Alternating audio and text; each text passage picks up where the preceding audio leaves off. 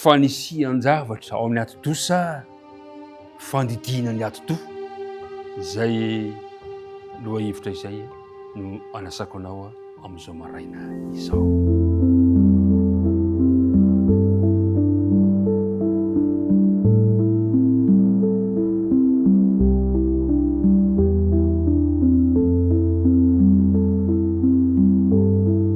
Fifaliana mandrakariva ry mpiara-midinika namana no iaonako aminao indray iarahantsika mandinika ny ten'Andriamanitra amin'ity talata 20 volana Janoary 2024 ity. Ny fiadanan'ny tompony ho aminao sy ny ankonanao andeha mba hifanofahofantanana isika satria tafahoana soamatsara amin'izao maraina izao. Ndeha ry araka ivavaka isika hita angataka ny fitarihan'ny fanahy masina raha hanomboka ny dinika hifanaovana. Andriamanitra ray be fitiavanao, indreza ny hafalianay fa tafahoana indray iaraka hanohy mandinika ny teninao zahay. Tomoera ty amponay amin'ny lalan'ny fanena masina mba hitarika anay ho amin'ny marina rehetra, ary esory ny hevitra mampisaraka anay aminao dia ny fahotanay zany. Mitenena tompo fa vonona ienanao zahay. Anaran'i Jesosy, amen. Ny andinina atao tadina ndeha hanomboantsika izao dinika izao, Filipianina 4 ka ny andininy 2. Dia tanterao ny fifaliako mba iraisanareo saina, miray fitiavana, miray fo, miray hevitra. Misotranao ny araka nandinika ary misotra ihany koa ny fiezantsika ny amin'izany andinina atao tadina izany. Tsara ny tompo ary tsara aminao izy ary asehony amin'ny fiainantsika tsirairay avy ny fahatsarana rehetra. Ry mpiara-midinika namana, miaraka resy lahatra isika fa mitombo maneran-tany ny orinasa izay mikarika ny fomba ampitambarana ny fahaiza-manao ny ati-dohan'ny olombelona sy ny fahaiza-manao ny solosaina. Tinambara dia izao hoe izahan'ireo manam-pahaizana amin'izao fotoana izao ny fampifandraisana ny ati-doha amin'ny solosaina izay antenain'izy ireo fa ahafahana mifehy ny fisainantsika amin'ny alalan'ny solosaina. Mety mampanantena vokatra tsara tokoa zany aloha amin'ny fametrahana fitaovana kely amin'ny ati-doha, fanisian-javatra. Kanefa tena izay tokoa ve ny vahaolana?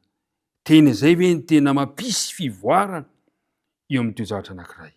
Amin'ny lafiny iray dia zany no mitranga ankehitriny. Ny aza adino anefa tadio fa ny saintsika io dia mitovy tokoa tahaka ny solosaina, saingy kosa ambolavitra noho ny solosaina ny ati-dohantsika, ny tanjany, ny fomba fiasany.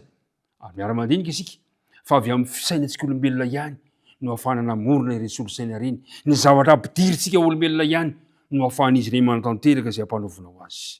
Kanefa na izany na tsy izany aza dia tia ny aza adino.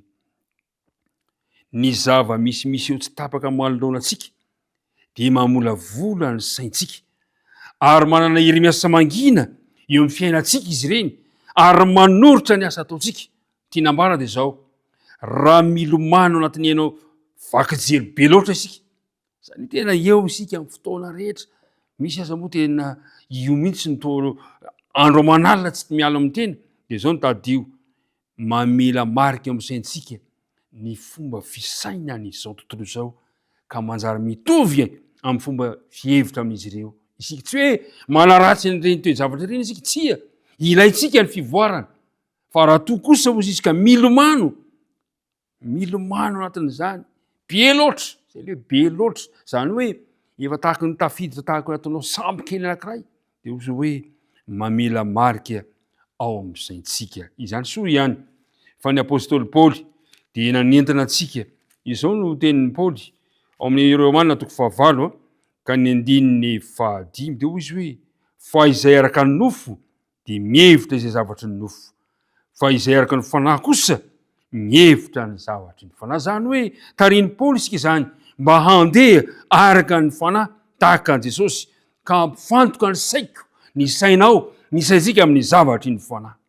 Ary zany ny zavatra anentanana antsika mieritreritra mandrakariva ny zavatra ny fanahy. Ary zay nahatonga ny Paoly ilaza amin'ny boky Filipianina 2 Filipianina toko faharoa ny 5 dia hoy izy hoe aoka ho aminareo izao saina izao izay tao amin'i Jesosy Kristy koa.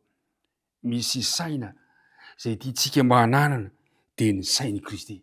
Hodiniantsika rahampitso moa ny tsiporoia mikasika an'izay fa ny androany dia zao hoe tianambara dia tokony ho amin'ny saintsika koa ny sain'i Kristy. Tadio tsara fa mety afaka miova hevitra isika fa tsy afaka manova ny fotsika kosa. Afaka miova hevitra ianao fa tsy afaka manova ny fonao. Andriamanitra rery ihany no afaka manao an'izany. Mpiara-midinika namana androany tiako no hitarika anao fa ilaitsika ny andidia ny fanahy masina ny fontsika. Avelao ny fanahy masina hiasa ka ampiasainy amin'izay fotoana izay ilay sabatry ny fanahy, ilay tenin'Andriamanitra ianarantsika isan'andro. Avelao izy hiasa mba hanamboatra antsika amin'ny alalan'ny fanahy masina irery ihany mantsy no ahafahantsika mamantatra ny marina ny tenantsika. Satria tadio fa mamitaka antsika loatra mantsy ny fotsika. Tsy maintsy ovana isika amin'ny alalan'izany fanavaozana izany, amin'ny fanavaozana ny saina, io mantsy no amantarantsika ny sitrapon'Andriamanitra. Dia izay tsara sady akasitrahana no marina. Hoy ny apôstôly Paoly amin'ny Romanina toko 12 ka ny 12. Dia izao no taridalana nomeno antsika amin'ity androany ity mba hahatonga antsika hoe fanisian-javatra ve sa fandidiana ny ati-doha? Fanisian-javatra ato amin'ny ati-doha ve ny tena ilaina? Fandidiana ny ati-doha ve ny tena ilaina? Ry mpiara-midinika namana, ny tena ilaitsika dia izao ny famelantsika ny fanahy masina hiasa ao am-potsika. Dia hoy Paoly ao amin'ny Filipianina toko 4 ka ny 9 dia hoy izy hoe farany rahalahy, na inona marina, na inona manakaja, na inona mahitsy, na inona madio, na inona mahateo-ty, na inona tsara laza, raha misy antsara-panahy, raha misy tera dia hevero izany. Izany no taridalana omeny tompo aminao amin'ity androany ity. Jereo, ianao no mijery raha misy antsara-panahy, raha misy tera dia hevero izany. Raha fantatrao ny teo zavatra anankiray fa maneho ny fiterahana fanandratana an'Andriamanitra, hevero saintsaino izany. Androany ary avelao ny fanahy masina hiasa am-ponao, hanamboatranao, hikarakaranao, hitaridalanao ka hamantaranao ny tenanao ka atonganao ahafantatra mandrakariva ny sitrapon'Andriamanitra. Rahalahy, atolozy ny tenanareo Paoly ho fanatitra masina ankasitrahana eo anatrehan'Andriamanitra. Ny tompony fombanao amin'izay fanapa-kevitra rasinao androany ka hitantananao izy na iza misy anao. Andeha hiaraka hivavaka isika. Andriamanitra rainay eo, misotranao izay noho ny fotoana sarobidy ny menao androany ka nampafantaranao anay fa ianao afaka manova ny fonay amin'ny alalan'ny faneno masina izay miasa ty amponay amin'ity androany ity ary. Ampitoero aron-tsay ao am-pon'ny tsirairay avy ny fanahinao masina ka hanavao anay, hanamboatra anay, hitaridalana anay ka hahafahanay manatanteraka sy manao ny sitraponao dia ilay tsara sady marina no ankasitrahana. Dia apetraka ampitananao ny fiainanay, tonononay ny vavaka noho ny amin'ny anaran'i Jesosy. Amen.